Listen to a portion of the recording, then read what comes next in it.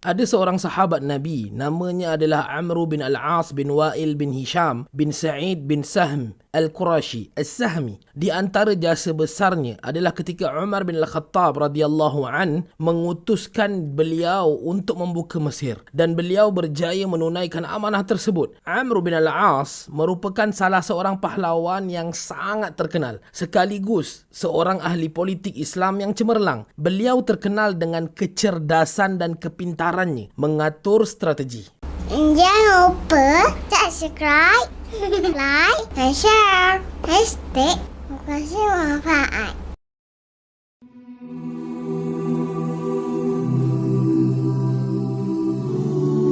Sebelum keislaman beliau adalah wakil utama musyrikin Makkah untuk bertemu dengan Raja An-Najasyi untuk rundingan mendapatkan semula orang-orang Makkah yang berhijrah ke Habsyah. Namun pada waktu itu, rundingan ini gagal dan permintaan beliau ditolak. Amr bin Al-As memeluk Islam pada tahun ke-8 Hijrah selepas tewasnya Quraisy dalam peperangan Ahzab dan 6 bulan sebelum penaklukan kota Makkah. Ketika itu beliau datang bersama Khalid bin Al-Walid dan Uthman bin Talhah ke Madinah. Ketiga-tiga pemuda itu menemui Rasulullah SAW dan Rasulullah menatap wajah ketiganya lalu bersabda, "Makkah telah mengurniakan putera terbaiknya untuk kalian, yakni untuk umat Islam." Selepas keislaman beliau, ada satu bahagian di mana Nabi SAW nak hantarkan satu pasukan perang dan Amr bin Al-As dilantik untuk memimpinnya. Amr bin Al-As memaklumkan kepada Nabi SAW bahawa beliau memeluk Islam bukanlah untuk mengejar harta rampasan perang, yakni ghanimah. Kemudian Rasulullah SAW bersabda, "Ya Amru, ni'mal malu salihu lil mar'i salihi." Wahai Amr, sebaik-baik harta adalah harta yang dimiliki oleh orang yang saleh. Rasulullah SAW juga menyebutkan, "Inna Amr bin Al-As min salihi Quraisy." Sesungguhnya Amr bin Al-As adalah di antara orang-orang yang baik dari kalangan Quraisy. Amr bin Al-As wafat pada tahun 43 Hijrah atau 663 Masihi. Saat itu umurnya lebih daripada 90 tahun. Beliau telah meriwayatkan 39 hadis dari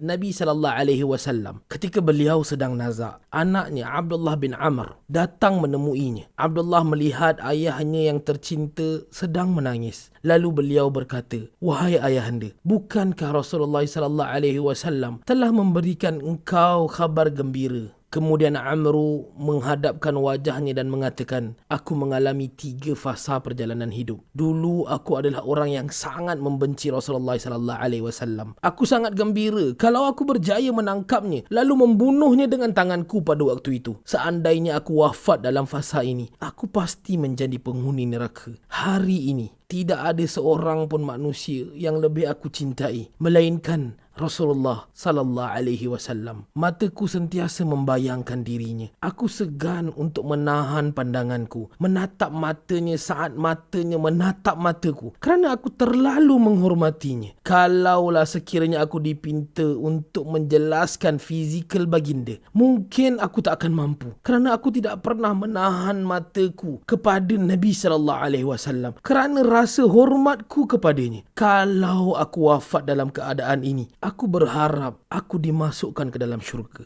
Kemudian terjadilah satu perkara yang aku tak tahu bagaimana keadaanku waktu itu. Tidak bersamaku angin yang berhembus, demikian juga api. Di saat kalian menguburkan aku dan kalian lempari aku dengan tanah perkuburan, kemudian kalian berdiri di saat pemakamanku dan aku menunggu apa yang aku akan jawab dari pertanyaan para utusan, yakni malaikat daripada Rabbku. Demikianlah Amr bin Al-As, seorang sahabat yang mulia, seseorang yang memiliki jasa besar terhadap penyebaran dan juga tulang belakang kekuatan Islam, juga tulang belakang kepada umat Islam, seorang yang dicintai oleh Rasulullah SAW dan para khalifah setelahnya. Semoga kita tergolong dalam kalangan para sahabat yang mulia ini. Al-Khalifah Online #berkongsi manfaat. La ilaha illallah Muhammadun Rasulullah alaihi salatullah wa